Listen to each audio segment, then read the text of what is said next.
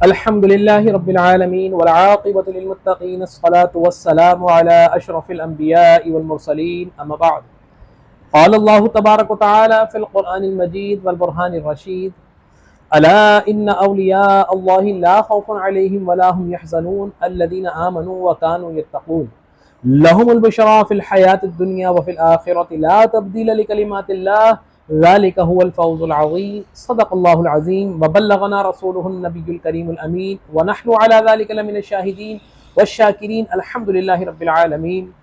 حمد و ثنا کے بعد انتہائی واجب الاحترام حاضرین اکرام، السلام علیکم ورحمۃ اللہ وبرکاتہ۔ میں نے آپ کے سامنے سورہ یونس پارہ نمبر 11 کی تلاوت کرنے کا شرف حاصل کیا کہ جس میں اللہ تبارک و تعالی اپنے محبوبین بندوں کی صفات بیان فرما رہا ہے۔ کس طرح اللہ تبارک و تعالی نے سورہ یونس میں ارشاد فرمایا کہ الا ان اولیاء اللہ لا خوف علیہم ولا هم یحزنون، کہ بے شک اللہ کے دوست وہ ہیں، اللہ کے ولی وہ ہیں کہ جن کو لا خوف علیہم، ان پر کسی قسم کا کوئی خوف وہ نہیں ہوتا، ولا هم یحزنون، اور نہ ہی ان کو کسی قسم کی آزمائش کے بعد، کوئی نقصان ہونے کے بعد، یا اللہ تبارک و تعالی کی طرف سے کوئی آزمائش ان سے لی جائے تو وہ اس آزمائش پر غم زدہ نہیں ہوتے۔ الذین آمنوا وکانوا یتقون، اور وہ لوگ وہ ہیں کہ جو اللہ کی ذات پر کامل یقین کرنے والے ہیں، اللہ کی ذات پر کامل بھروسہ کرنے والے ہیں۔ وکانوا یتقون، اور ایسے لوگوں کے لیے اللہ تبارک و تعالی نے اسی آیت مبارکہ کے آگے، اس آیت مبارکہ کے بعد والی آیت مبارکہ میں اللہ تبارک و تعالی ارشاد فرما رہا ہے کہ لہم البشرا فی الحیات الدنیا وفی الآخرۃ لا تبدیل لکلمات اللہ ذلک هو الفوز العظیم، کہ ان لوگوں کے لیے ہے اللہ تبارک و تعالی کی بشارت، دنیا اور آخرت کی کامیابی ہے۔ اللہ تبارک و تعالی کے وہ محبوبین بندے ہیں۔ میں نے آپ کے سامنے یہ آیت کریمہ تلاوت کیوں عرض کی؟ اس لیے عرض کی کہ حاضرین کرام، اللہ تبارک و تعالی کے محبوبین بندوں کے ساتھ، ان کی نسبتوں کے ساتھ جوڑنا بھی اللہ تبارک و تعالی کو بہترین، بہت زیادہ پسند ہے۔ اور اس آیت مبارکہ میں اللہ تبارک و تعالی ہماری رہنمائی کے لیے ایسے محبوبین بندوں کی کہ جو اللہ تبارک و تعالی کی ذات پر کامل یقین کرنے والے ہیں، اللہ تبارک و تعالی کی ان کی نشانیاں بیان فرما رہا ہے۔ سب سے پہلی نشانی کیا ہے؟ لا خوف علیہم، کہ ان کو دنیا کے کسی خوف کو، کسی اندیشے میں، کسی خوف میں مبتلا نہیں ہوتے، کسی خوف سے خوف زدہ نہیں ہوتے سوائے اللہ تبارک و تعالی کی ذات سے۔ وَلَا هُمْ يَحْزَنُونَ، اور اگر کسی آزمائش سے گزر جائیں تو اللہ تبارک و تعالی کی ذات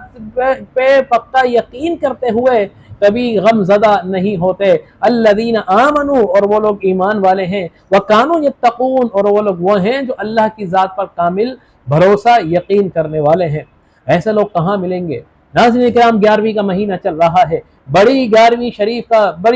شریف کا موقع ہے۔ میں نے آپ کے سامنے اس لیے یہ آیت کریمہ تلاوت کرنے کا شرف حاصل کیا کہ اللہ تبارک و تعالی کے وہ محبوب بندے کہ جس کو اللہ تبارک و تعالی نے سرتاج، اولیاء کا سرتاج بنا کر، اولیاء کے سر کا تاج بنا کر دنیا میں پیدا فرمایا، وہ کہ جن کو اللہ تبارک و تعالی نے دنیا میں شیخ عبد القادر جیلانی کے نام سے دنیا میں ان کی پہچان کرائی، وہ کہ جن کو اللہ تبارک و تعالی نے بے شمار القابات سے ملقب فرمایا کہ کہیں محبوب سبحانی ہے، کہیں شہباز لامکانی ہے، کہیں غوث الثقلین ہے، کہیں غوث اعظم ہے، کہیں محی الدین ہے، دین کو زندہ کرنے والے۔ جی ہاں ناظرین کرام، یہ وہ بابرکت، یہ مبارک ہستی ہے کہ جس کے اوپر دیکھیں خاندان میں، یا نیچے دیکھیں خاندان میں، یا دائیں دیکھیں خاندان میں، یا بائیں دیکھیں خاندان میں، تمام یہ گھرانہ اولیاء اللہ کا گھرانہ ہے۔ آپ کے نانا چاہے حضرت عبداللہ سومعی رضی اللہ تعالی عنہ ہو، یا آپ کے والد محترم حضرت سید موسیٰ ابو صالح جنگی دوست ہوں، یا آپ کی پھوپھی جناب سیدہ عائشہ رضی اللہ تعالی عنہا ہو، یہ پورا کا پورا گھرانہ اللہ تبارک و تعالی کے ولیوں کا گھرانہ ہے۔ اور انہی سے آپ کو شجاعت بھی ملے گی، یہی کی طرح آپ کو سخاوت بھی ملے گی، یہی سے آپ کو علم کے خزانے بھی ملیں گے، اور یہیں سے آپ کو دین کی خدمت کے طریقے بھی ملیں گے اور زندگی گزارنے کے آقا علیہ الصلوۃ والسلام کی جو بہترین سنت پر عمل کر کے دکھانے والے وہ بھی یہی اللہ تبارک و تعالیٰ کے نیک بندے ہیں۔ آج ہمارا جو عنوان ہے وہ ہے حضرت شیخ عبد القادر جیلانی، محبوب سبحانی، غوث الثقلین، غوث اعظم اور محی الدین شیخ عبد القادر جیلانی رضی اللہ تعالی عنہ ہیں۔ آپ کی ولادت باسعادت 470 ہجری کو ہوئی اور تقریباً 91 ایئرس آپ نے اس دنیا کو اپنے نور سے منور فرمایا، لوگوں کی اصلاح کے لیے، لوگوں کے لیے تعلیم کے دروازے کھولے، لوگوں کے لیے ایک مشعل راہ کی صورت میں آپ نے اپنی زندگی بسر کی۔ بہترین شخصیت کے حامل، اللہ کے ولی، آپ حسنی ہیں، آپ حسینی سید ہیں۔ آپ اپنے ابا جان کی طرف سے حضرت حسین رضی اللہ تعالیٰ عنہ کے 11ویں پوتے ہیں، اور اپنی اماں جان کی طرف سے حضرت امام حسین رضی اللہ تعالیٰ عنہ کے 12ویں نواسے ہیں، اور ان دونوں کی نسبت سے آپ حضرت شیر خدا حضرت علی المرتضیٰ کرم اللہ وجہ الکریم کے صاحب زادے ہیں۔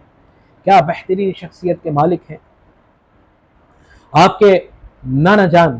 حضرت عبداللہ سومعی رضی اللہ تعالیٰ عنہ، میں نے فرمایا، میں نے عرض کی نا کہ لا خوف علیہم ولا ہم یحزنون، کہ حق کے سامنے حق بات کرنے سے کبھی اللہ کے دوست، اللہ کے ولی کبھی نہیں جھجکتے۔ آپ ایک مرتبہ اپنی جامع مسجد کی طرف جا رہے ہیں، خلیفہ وقت کے محافظین چند مٹکوں میں شراب لیے ہوئے جا رہے ہیں، آپ کی نظر پڑتی ہے، آپ غضب میں آتے ہیں اور آپ ان مٹکوں کو توڑ دیتے ہیں۔ آپ کے منصب اور جاہ و جلال کی وجہ سے ان محافظین کی تو ہمت نہیں پڑتی کہ آپ سے پوچھا جائے، لیکن آپ کی شکایت خلیفہ وقت کے دربار میں جا کے کرتے ہیں۔ خلیفہ جب یہ آپ کی اس عمل کو سنتا ہے تو وہ شدید غصے میں آ جاتا ہے اور فوراً یہ حکم صادر کرتا ہے کہ عبداللہ سومعی کو فوراً حاضر کرو، لیکن آپ کی شخصیت کو وہ جانتا بھی تھا۔ آپ کو لایا جاتا ہے، خلیفہ سخت غصے میں ہے، سوال کرتا ہے کہ آپ کون ہوتے ہیں کہ جنہوں نے میری استعمال کی چیزوں کو ضائع کیا؟ حضرت عبداللہ سومعی رضی اللہ تعالی عنہ فرماتے ہیں کہ میں محتسب ہوں۔ خلیفہ پوچھتا ہے کہ آپ کو کس نے محتسب بنایا ہے؟ میں خلیفہ وقت ہوں، میں نے تو نہیں بنایا۔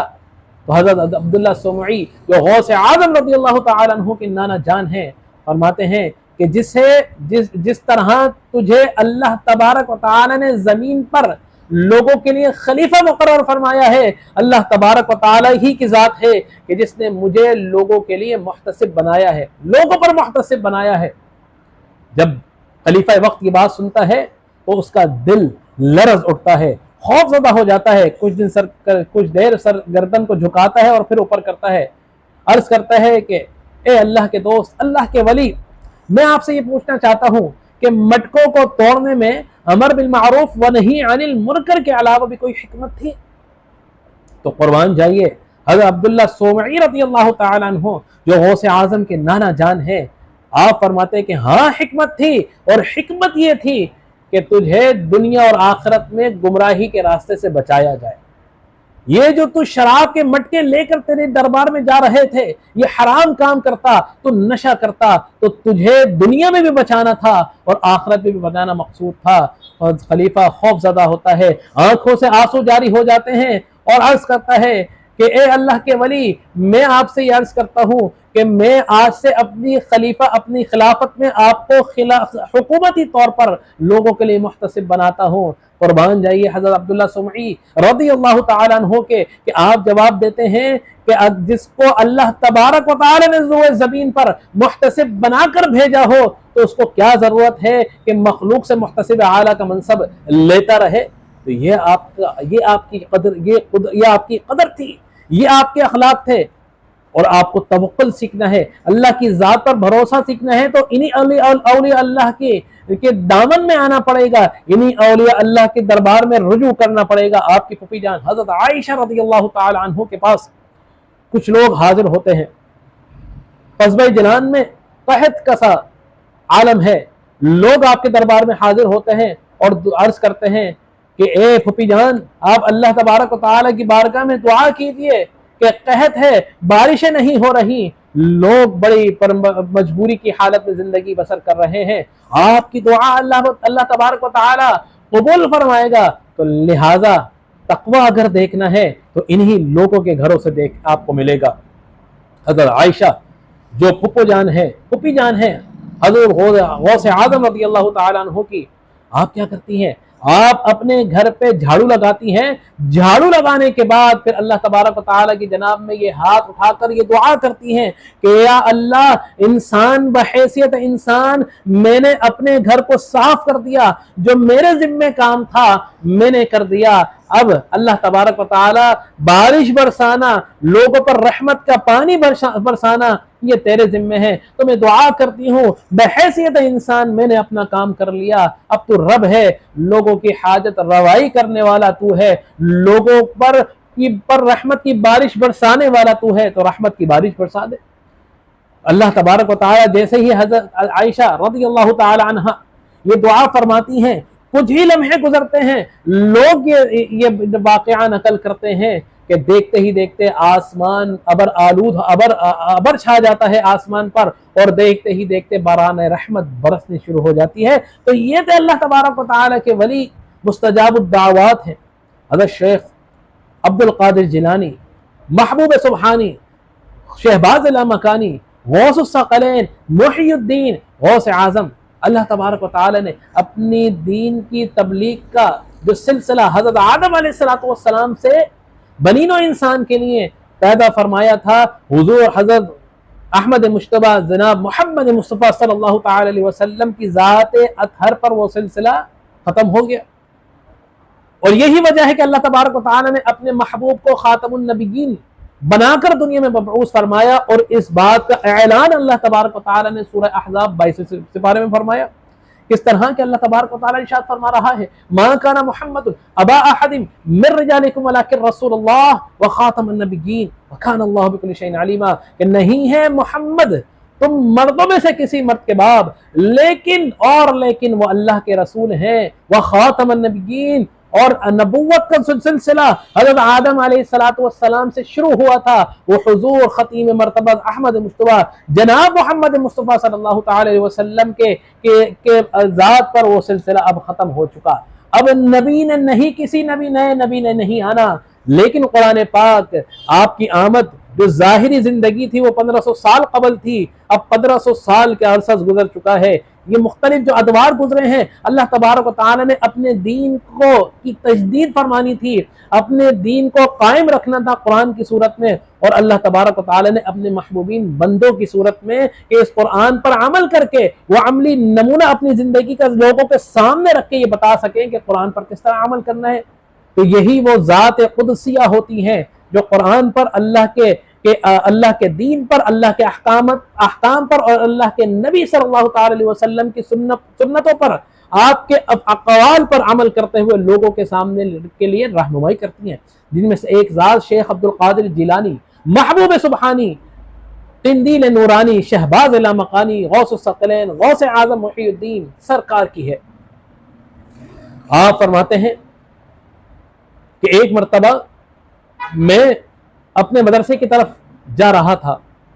کہ راستے میں دیکھتا ہوں صحرا کے اندر ایک انتہائی نحیف البدن شخص میرے سامنے آتا ہے اور مجھے مدد کے لیے پکارتا ہے۔ میں رک جاتا ہوں، مجھ سے کہتا ہے کہ مجھے سہارا دیجئے، میں اس کو سہارا دیتا ہوں۔ وہ شخص جو مجھ سے ملنے سے قبل، سہارا دینے سے قبل جو انتہائی نحیف البدن تھا، اور اس کی جو چہرے کی سرخی تھی وہ جو ہے سرخی ختم ہو چکی تھی، لیکن جیسے ہی میں سہارا دیتا ہوں تو وہ نحیف البدن شخص تندرست و اعلیٰ بن جاتا ہے، اس کی چہرے کی جو سرخی غائب ہو چکی تھی وہ واپس آ جاتی ہے۔ میں پریشان ہو جاتا ہوں کہ یہ کیا ماجرا ہے۔ وہ شخص مجھ سے پوچھتا ہے کہ آپ نے مجھے پہچانا میں کون ہوں؟ میں لا تعلقی کا اظہار کرتا ہوں، میں کہتا ہوں کہ نہیں معلوم۔ وہ کہتا ہے کہ میں دین ہوں، انا الدین، میں دین ہوں، آپ نے مجھے سہارا دیا، آپ کی بدولت مجھے نئی زندگی اللہ تبارک و تعالی نے مرحمت فرمائی۔ تو اسی لیے اس دن کے بعد سے آپ فرماتے ہیں کہ میں جیسے ہی اپنے مدرسے میں داخل ہوتا ہوں تو ایک شخص سامنے سے آتا ہے، میرے قدموں کو پکڑتا ہے اور محی الدین کے لقب سے مجھے پکارتا ہے۔ کچھ وقت گزرتا ہے، میں نماز سے فارغ ہوتا ہوں تو بہت سے لوگ میرے ارد گرد جمع ہو جاتے ہیں، محی الدین کے لقب سے مجھے پکارنے لگتے ہیں، تو آپ کو اس دن سے وہ لقب پڑا محی الدین کے دین کو زندہ کرنے والے۔ یہی لوگ ہیں تو جو دین کبھی اگر کہیں خطرے میں ہوتا ہے تو یہی اولیاء اللہ ہیں جو اس دین کو آکسیجن پرووائڈ کرتے ہیں، اس دین کو دوبارہ سے زندگی عطا فرماتے ہیں۔ محبوب سبحانی ہیں، شہباز لامکانی ہیں۔ آپ فرماتے ہیں، آپ کیا فرماتے ہیں؟ آپ فرماتے ہیں کہ میں عجم کا رہنے والا تھا، تقریر کرنے میں مجھے بہت زیادہ میں جھجکتا تھا۔ ایک رات میں سوتا ہوں کہ دیکھتا ہوں کہ میرے بھاگ جاگ جاتے ہیں۔ کائنات کا سردار ختمی مرتبت حضور محمد مصطفیٰ صلی اللہ تعالی علیہ وسلم میرے خواب میں تشریف فرما ہوتے ہیں اور مجھ سے کہتے ہیں بیٹے تقریر کیوں نہیں کرتے؟ آپ عرض کرتے ہیں کہ یا رسول اللہ صلی اللہ تعالی علیہ وسلم میں ایک عاجمی ہوں، ان فصحاء کے سامنے، ان فصیح و بلیغ علماء کے سامنے میں کس طرح تقریر کر سکتا ہوں؟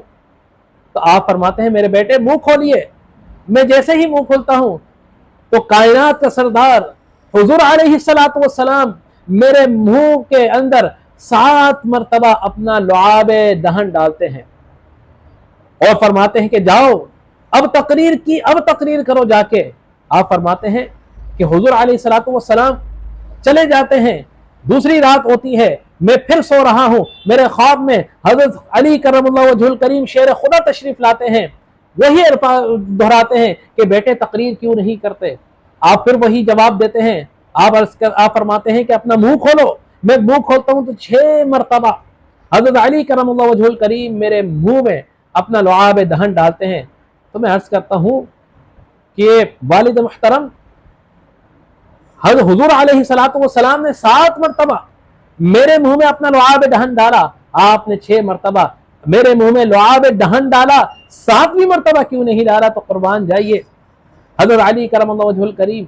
ادب محمد مصطفیٰ، ادب دربار محمد مصطفیٰ صلی اللہ تعالی علیہ وسلم۔ آپ فرماتے ہیں کہ میں علی ہوں اور وہ کائنات کا سردار ہے، وہ تمام انبیاء کا سردار ہے، یہ کس طرح ہو سکتا ہے کہ میں ان کی برابری کروں؟ میں ان کے برابر نہیں ہو سکتا۔ یہی وجہ ہے کہ میں نے 6 مرتبہ لعاب دہن تمہارے منہ میں ڈالا ہے، جاؤ تقریر کرو۔ آپ فرماتے ہیں کہ اس کے بعد جب میں تقریر کرنے میں مجھے شرم سی محسوس ہوتی تھی، لیکن وہ دن کا دن تھا، اللہ تبارک و تعالیٰ کے اللہ نے اپنے نبی کے صدقے، اپنے ولی کے صدقے مجھے یہ طاقت عطا فرما دی کہ میں جب تقریر کرتا تو جب میں اپنی جامع مسجد میں چند لوگوں کے سامنے تقریر کرتا تھا، لیکن اس کے بعد آقا دو جہاں صلی اللہ تعالی علیہ وسلم کے لعاب دہن کے بعد میرے لہجے میں یہ تاثیر آئی کہ جب میں بیٹھ کر اس سے پہلے مخصوص لوگوں میں تقریر واعظ و نصیحت کیا کرتا تھا، دیکھتے ہی دیکھتے میں جامع مسجد تک پہنچ گیا، دیکھتے ہی دیکھتے میں شہر کی عیدگاہ تک پہنچ گیا، دیکھتے ہی دیکھتے میں پھر مرکزی عیدگاہ تک پہنچ گیا۔ ہزاروں لوگوں کا مجمع میرے واعظ و نصیحت کو سننے لگتا تھا اور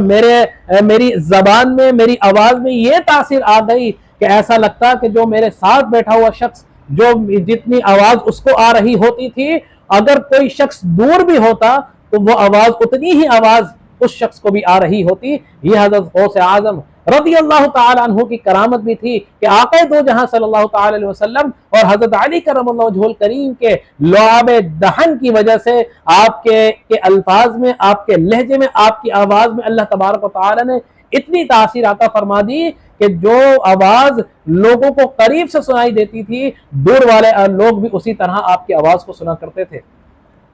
علم کا خزانہ تھا۔ بس آخر میں ایک مسئلہ، ایک واقعہ آپ کے سامنے پیش کر کے اجازت چاہوں گا۔ علم کا خزانہ تھے، ایک مسئلہ علماء عراق کے سامنے آتا ہے اور مسئلہ بڑا عجیب ہوتا ہے۔ سوال کیا ہے کہ جی عجم میں ایک شخص نے یہ قسم کھائی کہ میری بیوی کو 3 طلاقیں ہوں اور اس کی صورت یہ ہوگی کہ ایسی عبادت کہ وہ عبادت میں کروں اس قسم کو ختم ہونے میں، یعنی کہ اس قسم سے دور ہونے میں، اس قسم کو پورا کرنے میں کہ میں وہ عبادت کروں کہ روئے زمین پر کوئی شخص دوسرا وہ عبادت نہیں کر رہا ہو۔ اب ایسی کون سی عبادت ہو کہ وہ شخص پوری کرے وہ شخص وہ عبادت کرے گا تو اس کی بیوی 3 طلاقوں سے بچ جائے گی، اور اگر وہ اپنی قسم پوری نہیں کر سکا تو اس کی بیوی کو 3 طلاقیں واقع ہو جائیں گی۔ علماء عراقین عجز کا جو ہے اظہار کرتے ہیں۔ یہ مسئلہ حضور سیدی غوث اعظم شیخ عبد القادر جیلانی قدس سرہ النورانی قندیل نورانی کے پاس پہنچتا ہے۔ آپ مختصر وقت میں اس کا جواب مرحمت فرماتے ہیں۔ آپ فرماتے ہیں کہ اس شخص کے کہو کہ مکہ مکرمہ پہنچے، اور مکہ مکرمہ پہنچ کر تو جو طواف کرنے کی جگہ ہوتی ہے جس کو ہم مطاف کہتے ہیں، اس طواف کرنے کی جگہ کو اپنے لیے خالی کروا دے، اور جس وقت وہ خانہ کعبہ کا طواف کر رہا ہو اس وقت اس مقام پر کوئی دوسرا شخص طواف نہ کرے۔ ایسا اس نے کر لیا تو اس کی قسم بھی پوری ہو جائے گی، اور اس کی بیوی 3 طلاقوں سے بھی محفوظ رہے گی۔ سبحان اللہ، سبحان اللہ۔ یہ اللہ والے کے علم کی شان تھی، یہ اللہ تبارک و تعالیٰ کے ولی کے علم کی شان تھی کہ آپ دیکھ لیجئے کہ روئے زمین پر خانہ کعبہ کا طواف اسی وقت ہو رہا ہوتا ہے، اور اگر روئے زمین پر اس جگہ کو خالی کرا لیا جائے اور اس خالی کرانے کے بعد وہ عبادت طواف کی عبادت خانہ کعبہ کی دنیا میں اور کہیں نہیں ہو سکتی۔ خانہ کعبہ کا طواف صرف مطاف کے اندر ہی ہو سکتا ہے، لہذا اس شخص نے وہ جگہ خالی کروائی، خالی کرانے کے بعد اپنے جو ہے طواف کیا۔ جب وہ خانہ کعبہ کا طواف کر رہا تھا تو اس وقت کوئی دوسرا شخص طواف نہیں کر رہا تھا۔ تو اس طرح وہ یہ بہترین جواب شیخ عبد القادر جیلانی غوث اعظم غوث الثقلین نے مرحمت فرمایا۔ جواب سنتے ہی جتنے بھی علماء کرام عراق کے تھے فصیح و فصاحت سے، فصیح و بلیغ، وہ لوگ تمام کے تمام عاجز ہو گئے اور اپنے عجز کا اظہار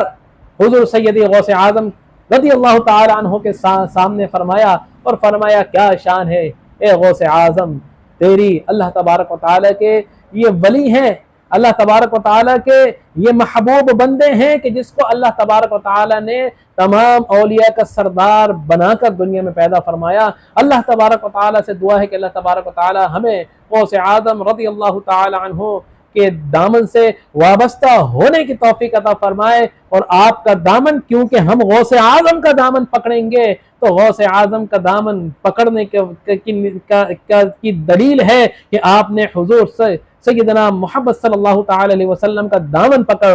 رکھا ہے، اور حضور علیہ السلام کا دامن پکڑنا اس بات کی ضمانت ہے کہ آپ اللہ تبارک و تعالیٰ کی رحمت کے سائے کے اندر موجود ہیں۔ اللہ تبارک و تعالیٰ ہم نے جو کچھ بھی سنا پڑھا اس پر عمل کرنے کی، اللہ کے ولیوں کا احترام کرنے کی، ادب کرنے کی ہمیں توفیق عطا فرمائے، دین پر عمل کرنے کی توفیق عطا فرمائے۔ آمین۔ وآخر دعوایا ان الحمد للہ رب العالمین۔